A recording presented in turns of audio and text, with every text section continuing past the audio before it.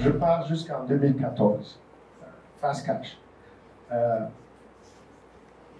Ça, c'est un groupe qui s'appelle le Lazarus Group, qui sont les plus fameux.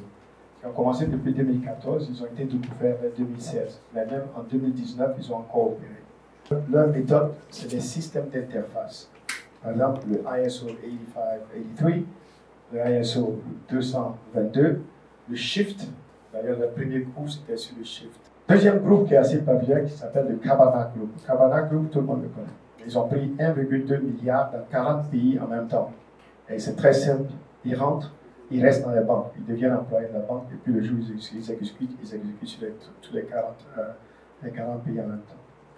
Ils utilisent le même système, mais ils sont plus avancés que le Lazarus Group. Ils ont utilisé les systèmes d'interface. Ils utilisent en fait des malwares aussi qui s'intègrent. Donc, en fait, ils recréent la banque chez eux-mêmes. Et le problème de la question, c'est est-ce que l'Afrique a la sophistication nécessaire pour se protéger contre ces grands groupes?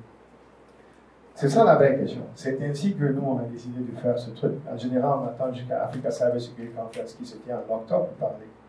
Mais ça, c'est récent. Je vous ai dit que c'est janvier. Et ce n'est pas des petits groupes. Evil Corp, ça a été détecté par Microsoft. Et ils utilisent Excel.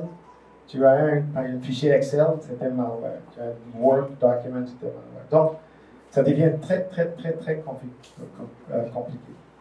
65% des organisations en Afrique n'ont pas le personnel nécessaire pour faire face à des obstacles très sophistiqués. Ils n'en ont pas. Okay? Et ils ont les DSI, ils ont des gens qui sont très bien intentionnés. Ce que nous, on fait avec Cybersecurity, c'est de rendre votre système un peu compliqué. Et tout, c'est de rendre ça un peu compliqué. Donc, quand le gars qui regarde, il te prend 2 fois et dit non, ça c'est trop compliqué, je m'en vais ailleurs. Okay. Avoir un minimum de set de sécurité qu'on met en place.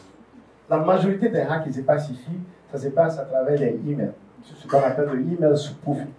On ne peut pas, dans cybersécurité, on ne peut pas acheter sa protection avec les équipements. Ça n'existe pas.